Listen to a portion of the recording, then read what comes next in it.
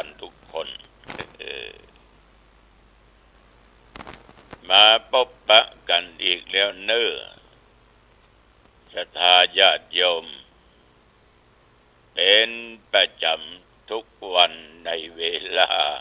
เดียวกันนี้และก็ทางสถานีวิทยุแห่งนี้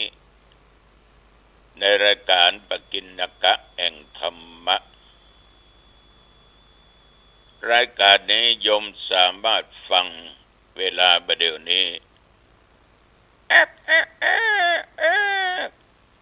ตีห้า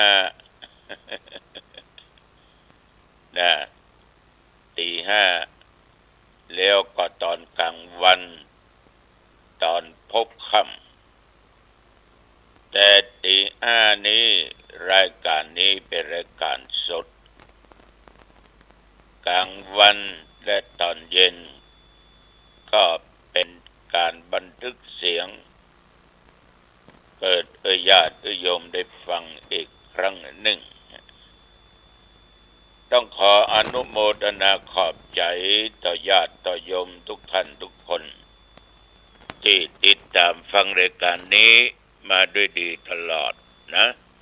อนุโมทนาขอบใจเป็นอย่างมากวันนี้เป็นวันจันทร์โยมเป็นวันจันทร์ที่ได้ปฏิบัติกันมาก็คือเราจะมีการไหว้พระสวดมนต์สวดถวายพระพรชัยแด่องค์พระบาทสมเด็จพระเจ้าอยู่หัวรัชกาลปัจจุบันคือปีนี้พระองค์ท่านนั้นจะทรงมีพระชนมายุครบ6 รอบ72 พรรษาก็ขอถวายเป็นพระพรชัยมงคลขอพระองค์ท่านนั้นจงมีพระสุขภาพพระมัยอันแข็งแรงทรงมีพระเกษมสำราญทรงมีพระชนมายุยิ่งยืนนานได้100 พรรษายิ่งขึ้นไปต่อไปเอามาสวดมนต์ด้วยกันเนาะตั้งอกตั้งใจเน้อญาติโยมอะระหังสัมมาสัมพุทโธภควาพุทธังภวันตังอภิวาเทมิกราบพระพุทธสวากขาโตภควตาธัมโมธัมมังนัมมัสสามิกราบพระธรรมสุปฏิปันโนภควโตสาวกสังโฆสังฆังนัมมามิกราบพระสงฆ์นะโมตัสสะภะคะวะโตอะระหะโตสัมมาสัมพุทธัสสะนะโมตัสสะภะคะวะโตอะระหะโตสัมมาสัมพุทธัสสะนะโมตัสสะภะคะวะโตอะระหะโตสัมมาสัมพุทธัสสะพุทธังสรณังคัจฉามิธัมมังสรณังคัจฉามิสังฆังสรณังคัจฉามิตุติยัมปิพุทธังสรณังคัจฉามิตุติยัมปิธัมมังสรณังคัจฉามิตุติยัมปิสังฆังสรณังคัจฉามิตติยัมปิพุทธังสรณังคัจฉามิตติยัมปิธัมมังสรณังคัจฉามิตติยัมปิสังฆังสรณังคัจฉามิอิติปิโสภะค ควะอะระหังสัมมาสัมพุทโธวิชชาจารณะสัมปันโนสุขโตโลกวิทูอนุตตโรปุริสธรรมสารถิสัทธาเทวมนุษย์สานังพุทโธภควาติสวากขาโตภควตาธัมโมสันติติโกอากาลิโกเอหิปัสสิโกโอปัญญิโกปัจจตังเวทิตาโพวินโยหิติสุปฏิปันโนภควโตสาวกสังโฆอุชุปฏิปันโนภควโตสาวกสังโฆยายะปฏิปันโนภควโตสาวกสังโฆสามิจิปฏิปันโนภควโตสาวกสังโฆยะติทังจัตตาริปุริสายุคานิอัตถปุริสปุคลา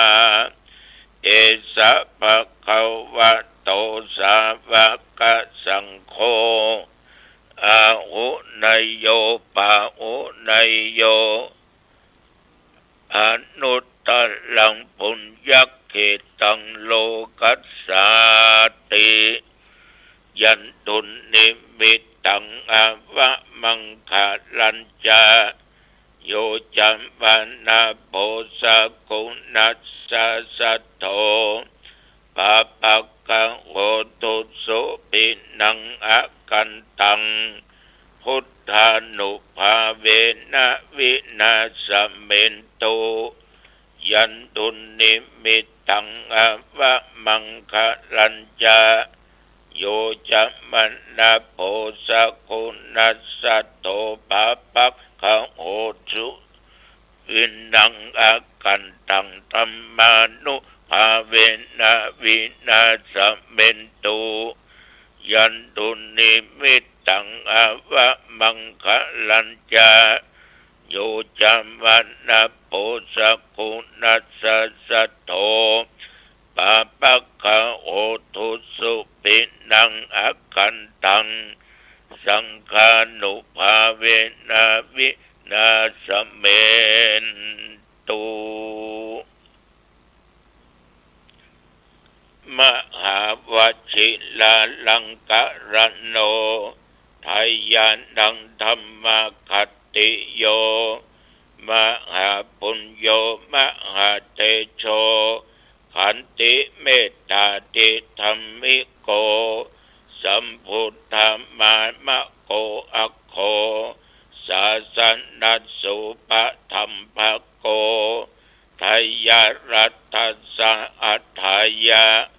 การัญญานิปกุปเตภิกขุสาสนากิจเจสุสังคันหาติวิเศษโตอุปัฏฐัมภติเตสัญญาติตกัตตยสิกขนังจิตเตนะสาตุการายะรัตเถชะจะสัจฉันทะการิโนการเรติวุติภาวายะรัตถัสสะจะปัจจายะจะเอเตจัตตาภาลัญเยสังหิตกัลลสุเจตสาตะโตวาไทยิกาสัพเพสมัคคาสันติชีวิโนพิญโยเอตังปิยายันติภวันติทันละอัตภัตติกาสัพพคิยาจะสัพเพสังไทยะเทโสวิโรจตินานาเทเสสุป ปัญญาโต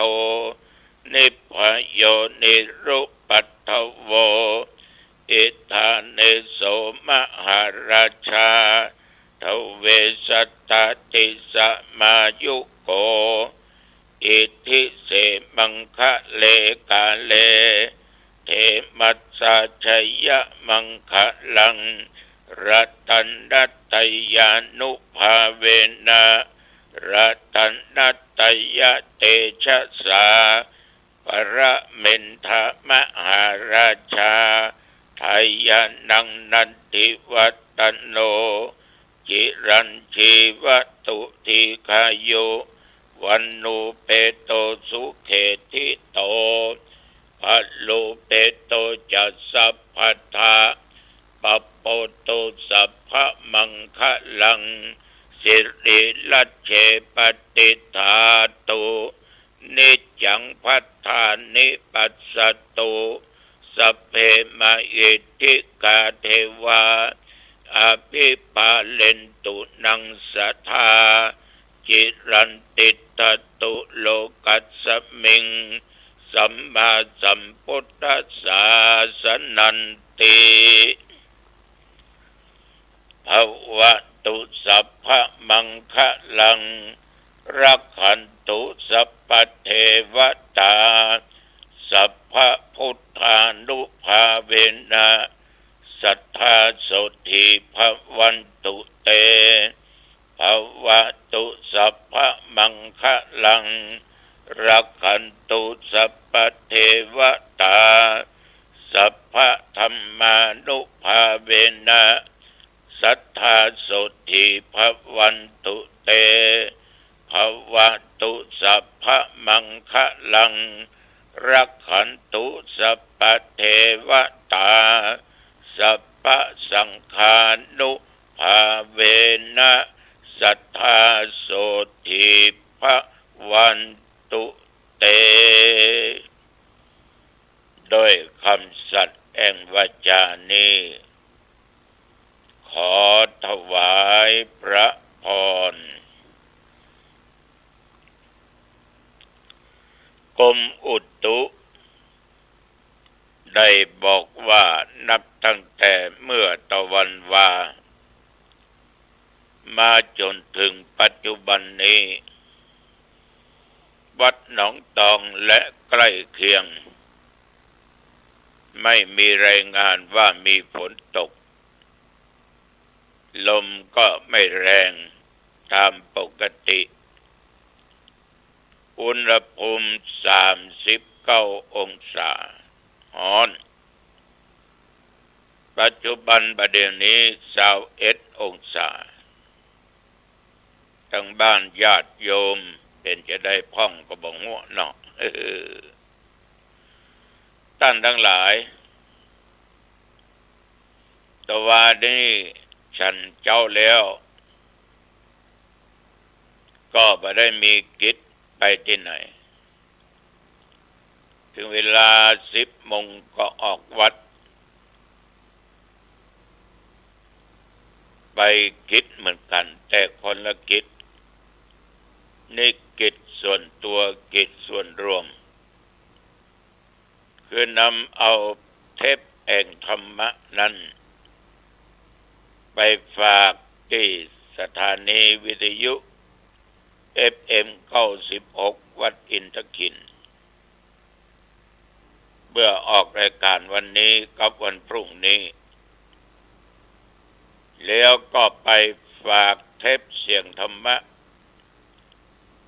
ที่วัดฝ่ายหินตำบลสุเทพอำเภอเมืองเชียงใหม่รายการธรรมะก่อนนอนออกรายการ10 โมงเมื่อคืนครับมาวัดก็มานั่งสนทนาธรรมกับญาติกับโยมที่เปิ้นมาเยี่ยมมาแวะหาการสนทนาธรรมเนี่ยญาติโยมก็อู้กันง่ายๆก็คุยเรื่องธรรมะอู้จาเรื่องธรรมะ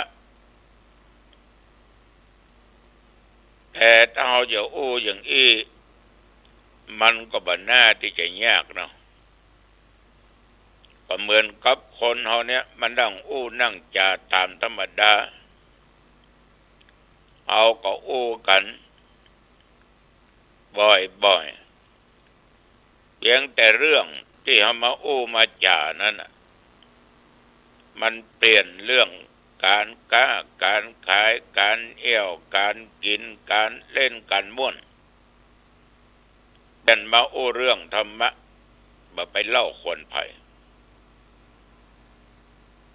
แต่ว่าความเป็นจริงนั้นน่ะคนที่ดูคนที่สนทนาธรรมเขาธรรมะกันได้มานานสักใดมักมีเรื่องวงแตกกันเพราะอย่างโยมว่ามันขัดแย้งกันนะเนาะความคิดความหันของคนเนี่ยมันแย้งกันถ้ามันแย้งบ่อยๆกันเดียวกับลูกหนีเป็นลูกคุยก็ได้ ยกตัวอย่างพ่อไปปะสลูกกินเหล้าแล้วมาธรรมะพ่อก็บอกว่ากินยาบ้ายาถ่ายพยาธิมาเป็นบาปเพราะมีเจตนาจะไปฆ่ามัน ลูกก็บอกว่าบาปเพราะว่ามันจะต้องตายถ้าเอาบักกินยาถ่ายมันก็บ่ตายเถียงกันไปเถียงกันมาพ่อกับลูกเถียงไปสักกี่กรรมเนาะก็เดียวเอาบักแกนกุยหวดกันก็มาอันก็เอาปืนลูกซองไล่ยิงกันตายไปก็มีตายก็มีอันนี้เพราะอย่างญาติโยมสนทนาธรรมแล้วไปขัดแย้งกันในเรื่องของการสนทนาคนที่จะสนทนาธรรมนั้นน่ะต้องเป็นคนเข้าใจแล้วก็มีความสามารถถ่ายทอดเป็นคำในเรื่องธรรมะเข้าใจกันบ่มีทิฏฐิบ่มีมานะบ่มีอัตตาบ่ถือตัวว่าตัวเองหูลวกเหลือคนที่มาสนทนาบรรอย่างมาน้อยประดุกใจละมันต้องอย่างนี้มันต้องอย่างนี้ โดยบ่ยึดหลักการคนที่เป็นยึดหลักการอย่างใดมงคล38เมียนข้อปิยวาจาคือเป็นวาจาที่เป็นวาจาสุภาษิตเป็นบรรทัดฐานคนที่จะต้องมานั่งสนทนาธรรมว่าใดญาติโยมถ้ามีบรรทัดฐานเนี่ยมีแต่ทิฏฐิมีแต่มานะความถือเนื้อถือตัวเอาความคิดของตัวเองเป็นใหญ่เนี่ยก็เดิมมาจะขัดจะแย้งกัน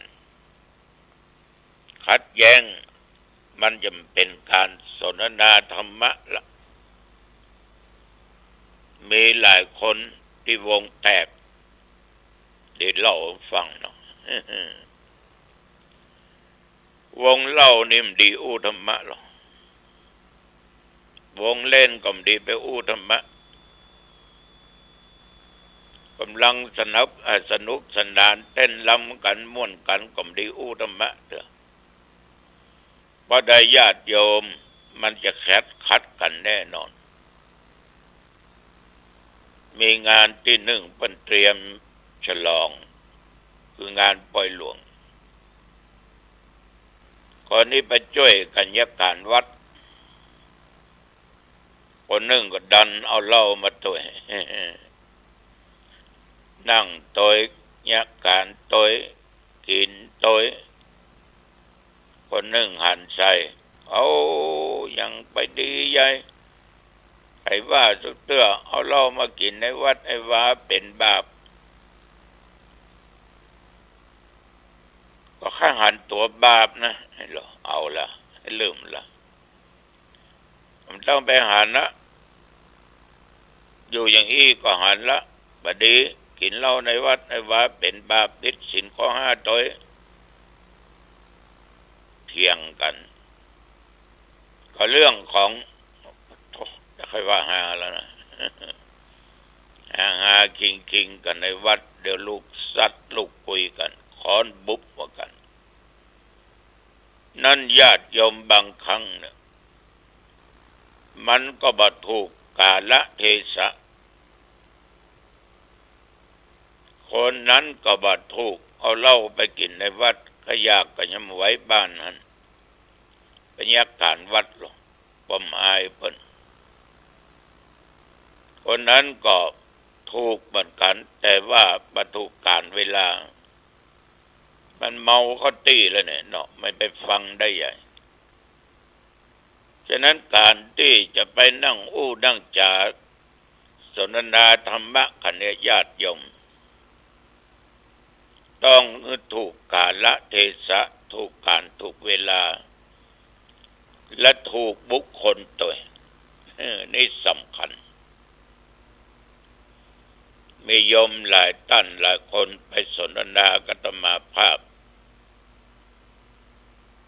มักจะจักเอาเรื่องนั้นเรื่องนี้ในหนังสือเล่มนั้นเล่มนี้แล้วก็ไปปรากฏว่าบ่ถูกหนังสือบอกว่าอย่างนั้นคือเอาในก็ในหนังสือว่าอย่างเดียวแบบฟังความคิดเห็นของคนอื่นเลยไปมาสนทนายังไม่ทันจบปิกก็เนอะก็หลงปิกแล้วเนอะวันหน้ามีโอกาส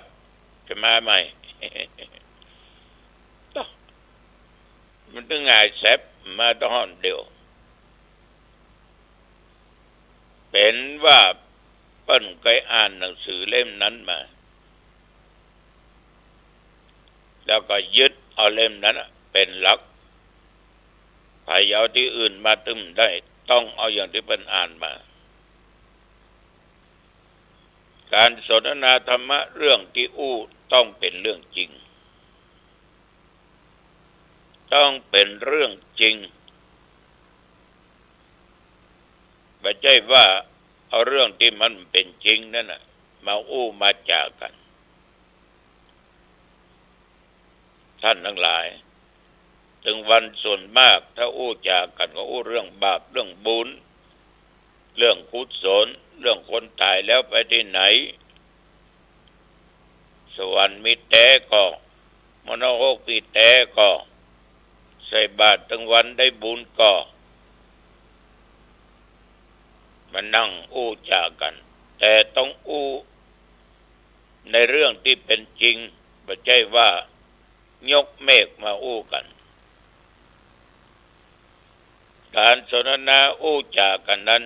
ต้องปิยวาจาเจรจาอันอ่อนหวานคำว่าอ่อนหวานเนี่ยหวานด้วยเรื่องของธรรมะจะไปกันกระโชกชากอ้ากเทศจะไปแหงแต่จะไปเบาจะไปคำหยาบด้วยถ้อยคำที่ไพเราะฟังแล้วสนอหูม่วนอกม่วนใจเนาะ เรื่องที่นั้นจะต้องเป็นเรื่องที่มีประโยชน์อันไหนอันใดที่ไร้สาระก็ไม่ควรยกมานั่งนั่งคุยกันเรื่องที่เป็นสาระอย่างเรื่องทุกข์สมุทัยนิโรธมรรคญาติโยมท่านผู้ฟังเอาเรื่องจริงเรื่องทุกข์เรื่องสุขเนี่ย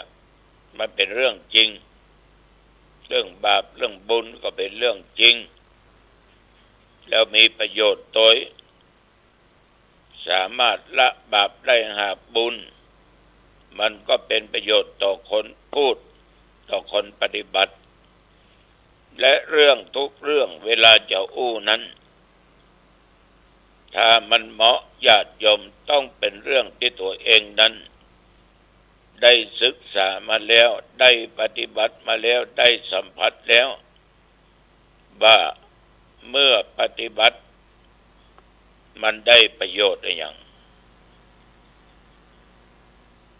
แต่การอู้กันจากันนั้นต้องประกอบด้วยจิตอันมีเมตตาธรรมมีแต่ความปรารถนาดีอย่างเดียวอู้กับไผก็มีความปรารถนาดีบ่มีวาจาที่แอบแฝง